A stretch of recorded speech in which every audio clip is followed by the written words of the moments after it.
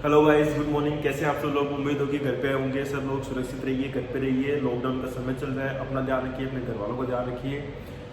Last class के अंदर हमने जो डिस्कस किया था वो हमने पढ़ा था ओजेनेसिस। आज जो हम डिस्कस करेंगे वो करेंगे हम स्पर्मेटोजेनेसिस। ये जो टॉपिक्स हैं ये कंप्लीटली जो हमने फर्स्ट क्लास डिस्कस की थी इन जेनेसिस वाले की, जिसके हमने फर्स्ट क्लास डिस्कस की थी गैमेटोजेनेसिस, उसी की आप कह सकते हो उसी के अंदर हम आगे क्या हो रहे हैं, डिटेल्स में पढ़ रहे हैं। पहले हमने कंप्लीट गैमेटोजेनेसिस क्या होता है उसके बारे में डिस्कस किया था। अब फिर उसके बाद हमने क्या किया, गैमेटोजेनेसिस के अंदर जो सबसे पहले हमने पढ़ा ओजेनेसिस पढ़ा।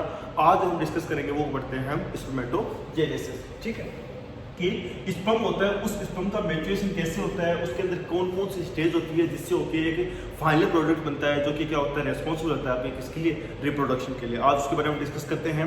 तो देखिए होता क्या है, जैसे सेम हमने लास्ट क्लास के अंदर पढ़ा था कि योग से एक होता है, योग से क्या बनती है आपकी प्रीमोर्डियल जर्म सेल्स बनती है। ठीक है, वो प्रीमोर्डियल जर्म सेल्स क्या करती है, आगे जाके क्या करती है, उसके अंदर माइटोसिस वगैरह होता है। उस माइटोसिस से क्या बनती है आपकी नेक्स्ट सेल्स बनती है। उन नेक्स्ट सेल्स से क्या बनती है, आगे जाके फर्दर फिर 2-3 तरीके की सेल्स बनती हैं।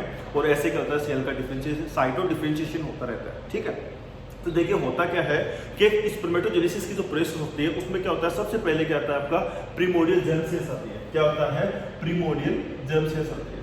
ठीक है, ये प्रीमोर्डियल जर्म सेल है जो कि क्या हो रही है, कहां से डिफरेंशिएट हो रही है, आपकी योग सेल से डिफरेंशिएट हो रखी है।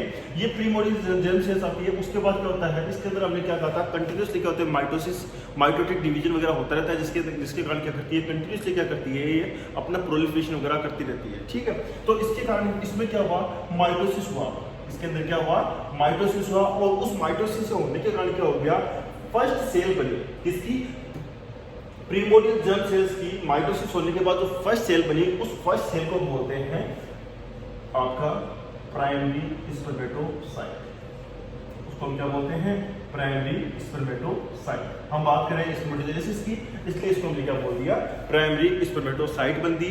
अब याद कीजिए जो हमने लास्ट क्लास सबसे पहले जो क्लास पढ़ी थी गैमेटोजेनेसिस की, जिसके अंदर क्या होता है, डीएनए का रिप्लिकेशन वगैरह होता है और नंबर ऑफ क्रोमोसोम्स का क्या होता है, रिप्लिकेशन हो जाता है। लेकिन वो सेंट्रोमेर से सबके सब क्या होते हैं, क्रोमोसोम्स कनेक्टेड होते हैं। सॉरी, अब हुआ क्या, ये बना आपका प्राइमरी स्पर्मेटोसाइट। अब बात करते हैं, माइटोसिस हो गया। माइटोसिस होने के बाद जो नेक्स्ट स्टेज आती है जिसकी बात करते हैं वो होता है आपका मियोसिस। अब क्या होगा, सबसे पहले क्या होगा, मियोसिस फर्स्ट होगा। तो यहाँ पे क्या हुआ, मियोसिस फर्स्ट हुआ। उस मियोसिस फर्स्ट होने से क्या हुआ, यहाँ पे सेल्स का क्या हुआ, आगे जाके फिर से डिवीजन हुआ। और डिवीजन होने के बाद जो प्राइमरी स्पर्मेटोसाइट थी उससे क्या बन गई, 2 सेल्स बन गई। इसलिए इसको हमने क्या बोल दिया, सेकेंडरी स्पर्मेटोसाइट। उसको हमने क्या बोल दिया, सेकेंडरी स्पर्मेटोसाइट बोल दिया। अब देखिए सेकेंडरी स्पर्मेटोसाइट हो गई। यहाँ पे क्या है, 46 क्रोमोसोम्स है। यहाँ पे क्या है, डिप्लॉयड नंबर ऑफ क्रोमोसोम्स है, मतलब 46 क्रोमोसोम्स है। 46 मैं ऐसे कह सकता हूँ 46XY। यहाँ पे क्या हो गया आपके 46XY क्या है, क्रोमोसोम्स है, डिप्लॉयड नंबर ऑफ क्रोमोसोम्स है। अब जब यहाँ पे मियोसिस फर्स्ट हुआ तो उसने क्या कर दिया, क्रोमोसोम्स को क्या कर दिया, डिवाइड कर दिया। तो यहाँ पे क्या हो गया आपका 23X हो गया और यहाँ पे क्या हो गया आपका 23Y हो गया। अब मियोसिस फर्स्ट हुआ, उससे क्या हुआ, 46XY था वो क्या हो गया, डिवाइड हो गया, 23X हो गया और 23 क्या हो गया, Y हो गया। उसके बाद क्या हुआ, उसके अंदर क्या हो गया, सेकेंडरी स्पर्मेटोसाइट बन गई। उस सेकेंडरी स्पर्मेटोसाइट में फिर क्या हुआ, डिवाइडेशन हुआ, किसका, मियोसिस सेकेंड। उसमें फिर क्या हुआ, मियोसिस सेकंड हुआ। और उस मियोसिस सेकंड से क्या हो गया कि अब जो सेंट्रोमेर था, आप याद कीजिए लास्ट फर्स्ट क्लास के अंदर हमने क्या कहा था कि जो क्रोमोसोम्स होते हैं वो क्या होते हैं, कनेक्टेड होते हैं किससे, सेंट्रोमेर से। सेंट्रोमेर के बेसिस पे हम डिवाइड करते हैं, बेसिस पे डिवाइड करते हैं कि क्रोमोसोम्स कितने हैं, क्या है। ठीक है, तो जब मियोसिस सेकंड हुआ था तो ये सेंट्रोमेर क्या हो गया था, बीच में से क्या हो गया, डुप्लीकेट सॉरी यहाँ से क्या हो गया था, ब्रेक डाउन हो गया था। और उससे क्या, इसके जो क्रोमोसोम्स थे क्या हो गए, अलग अलग हो गए थे। तो जैसे इस मियोसिस सेकंड हुआ तो जो 23X था, ठीक है, और 23Y था, ये क्या हो गया, अपने अपने क्या हो गए, अलग अलग सेपरेट हो गए, अलग अलग क्या हो गए, डिवाइड हो गए। और उससे क्या बन गया, यहाँ से सेकेंडरी स्पर्मेटोसाइट से क्या बन गई, छोटे छोटे अलग अलग क्या बन गई, सेल्स बन गई। इसमें यहाँ पे क्या आ गया आपका 23X आ गया, यहाँ पे भी क्या आ गया 23X, यहाँ पे आ गया आपका 23Y और यहाँ पे आ गया आपका 23Y, क्योंकि सेंट्रोमेर से क्या हो गया, क्रोमोसोम्स क्या हो गए, डिवाइड हो गए। ठीक है, अब हुआ क्या, जो सेकेंडरी स्पर्मेटोसाइट थी उस सेकेंडरी स्पर्मेटोसाइट में क्या हुआ, मियोसिस सेकंड हुआ, तो उससे क्या बन गई, छोटी छोटी सेल्स बन गई। इन सेल्स को हम क्या बोलते हैं, स्पर्मेटिड्स बोलते हैं। इनको हम क्या बोलते हैं, कलेक्टिवली स्पर्मेटिड्स। उसको हम क्या बोलते हैं, स्पर्मेटिड्स। और फीमेल केस में हम क्या बोल रहे थे, जब यहाँ पे सेकेंडरी उस साइड बनी थी, उस सेकेंडरी उस साइड से क्या बन गई थी, यहाँ पे सेकेंडरी उस साइड बनी थी, उस सेकेंडरी उस साइड में क्या बनी थी, दो सेल्स बनी थी। एक तो बना था आपका इनफर्टाइल या फिर इमेच्योर ओवम बना था, और यहाँ पे एक बनी थी आपकी फर्स्ट पोलर बॉडी। ठीक है, फीमेल केस की बात करता हूँ। फिर हमने क्या कहा था कि म्यूसिस सेकंड होता है, म्यूसिस सेकंड में क्या होता है, उसके अंदर फिर से उसके अंदर क्या होते हैं, डिवाइड होता है। जो इमेच्योर क्या था, ओवम था, उसमें उससे क्या बना, एक आपका फर्टाइल ओवम बना, और सेकंड क्या बना, उससे सेकंड पोलर बॉडी बनी। और यहाँ पे जो फर्स्ट पोलर बॉडी थी उसमें फिर से सेल्स का डिवीजन होता है, और यहाँ पे थर्ड पोलर बॉडी और फोर्थ पोलर बॉडी बनती है। लेकिन मेल केस में क्या हुआ, यहाँ पे म्यूसिस सेकंड हुआ, और म्यूसिस सेकंड होने से क्या बन गई, अलग अलग तरीके की क्या बन गई, 4 सेल्स बन गई। उन सेल्स को हमने क्या बोल दिया, स्पर्मेटिड्स बोल दिया। अब ये स्पर्मेटिड्स क्या करती हैं, आगे जाके कुछ हार्मोन्स होते हैं, उन हार्मोन्स की हेल्प से क्या करती हैं, आगे जाके क्या करती हैं, एक मैच्योर स्पर्म के अंदर क्या होती हैं, कन्वर्ट हो जाती हैं। हुआ क्या कि जो स्पर्मेटिड्स हैं, ये स्पर्मेटिड्स आगे जाके क्या करती हैं, वेरियस हार्मोन के सपोर्ट के बाद क्या कर देती हैं, स्पर्म बना जाता है, और फाइनल प्रोडक्ट क्या बन जाता है, आपका स्पर्म बन जाता है। ठीक है, अब देखिए जो स्पर्मेटिड्स है, उस स्पर्मेटिड से जो स्पर्म बनता है, इस प्रोसेस को हम बोलते हैं स्पर्मियोजेनेसिस। इसको हम क्या बोलते हैं, स्पर्मियोजेनेसिस।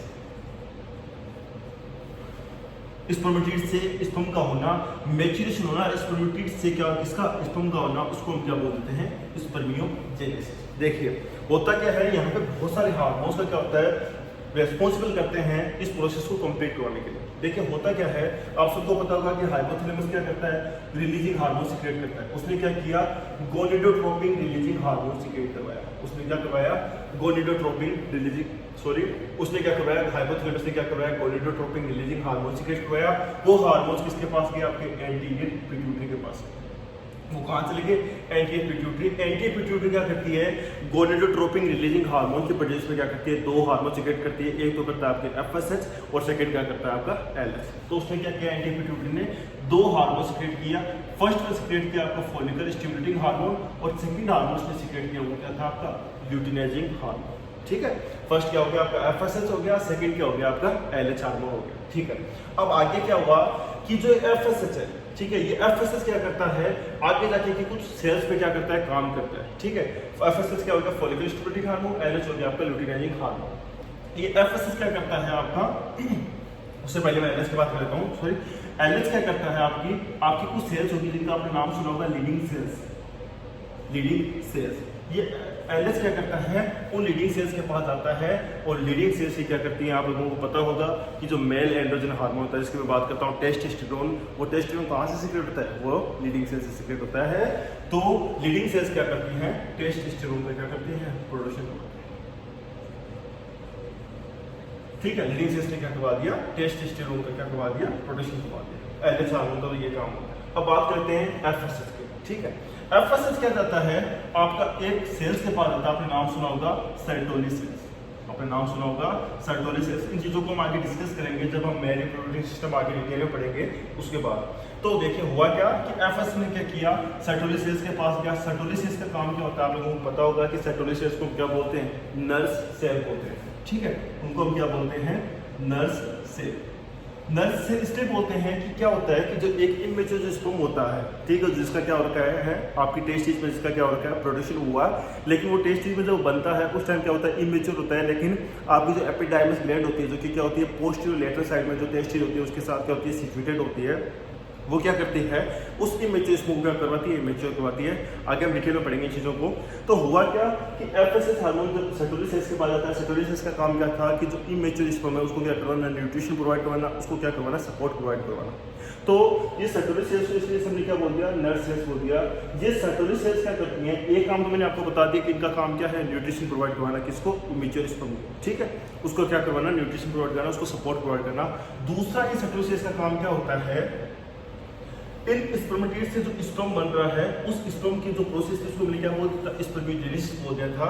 ये सर्टोली सेल्स क्या करते हैं, एफएसएच हार्मोन के इन्फ्लुएंस में क्या करती हैं, इस स्पर्मियोजेनेसिस को प्रोसेस को क्या करवा देती हैं, इनहांस करवा देती है, उसको क्या कर देती है, बढ़ा देती है, ताकि जल्दी से जल्दी क्या हो, जो स्पर्मेटिड्स हैं उनसे क्या हो, एक मैच्योर स्पर्म का क्या हो, प्रोडक्शन हो, और आगे जाके वो जिसको मैं भी अगर फर्टिलिटी कोर्स कराया तो फर्टिलिटी करेगा।